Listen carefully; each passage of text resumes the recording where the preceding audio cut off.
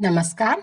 आज मैं आप लोगों को श्री कृष्ण भगवान के परम भक्त की कथा सुनाऊंगी। कथा अच्छी लगती है तो हमारी इस वीडियो को लाइक करें, शेयर करें और कमेंट्स करना ना भूलें। चैनल पे नए हैं तो हमारे इस चैनल को सब्सक्राइब करें। कथा इस प्रकार से है। राका और बाका पति पत्नी थे। दोनों लकड़ी बेचने का काम करते थे। रोज सुबह उठ करके जंगल चले जाते थे और जंगल से लकड़ियां काटते थे, बीनते थे और शाम को बेचते थे।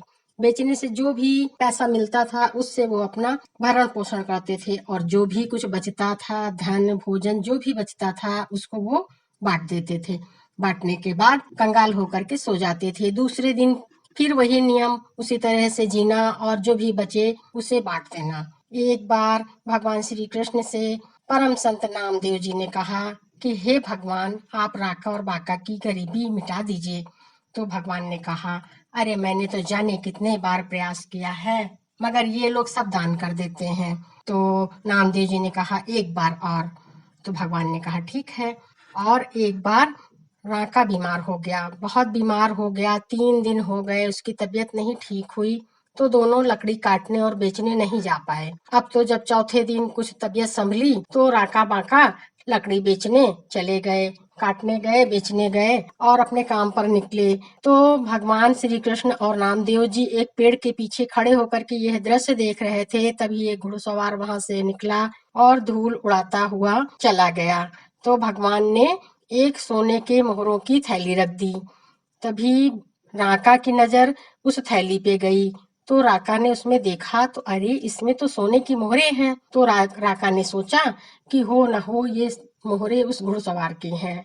तो उसी समय राका ने सोचा कि बाका आ रही है पीछे से, अगर वो भी ये देख लेगी कहीं उसके मन में लालच ना आ जाए, क्योंकि वो 3 दिनों से भूखी थी और वो जरूर सोचेगी कि इसको हम रख लें, हमारी दुख मुसीबत में ये धन हमारे काम आएगा।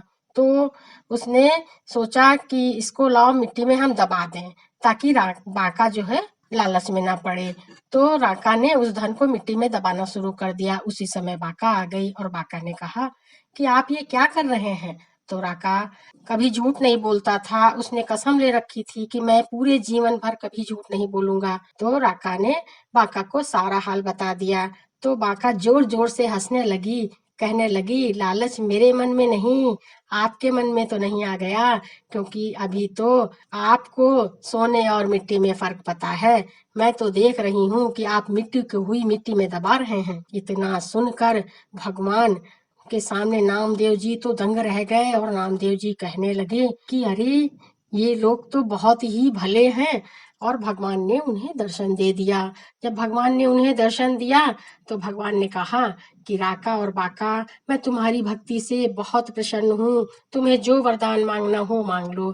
तो दोनों ने हाथ जोड़ करके कहा भगवान, मुझे आपके दर्शन के सिवा कुछ नहीं चाहिए, बस मुझे आप ही चाहिए। मुझे इन सांसारिक भोगों की कोई इच्छा नहीं है। और यही वरदान मांगा। भगवान बहुत प्रसन्न हुए और नामदेव जी सोच में पड़ गए कि देखो ये लोग कितने सरल हैं, इन्हें संसार का कोई मोह नहीं चाहिए। तो कहने का तो बात यही है कि जिसे भगवान के दर्शन हो गए उसे संसार के मोह मोह में क्या पड़ना। बोलो श्री कृष्ण भगवान की जय। बोलो परम भक्त राका और बाका की जय। जय श्री कृष्णा। राधे राधे।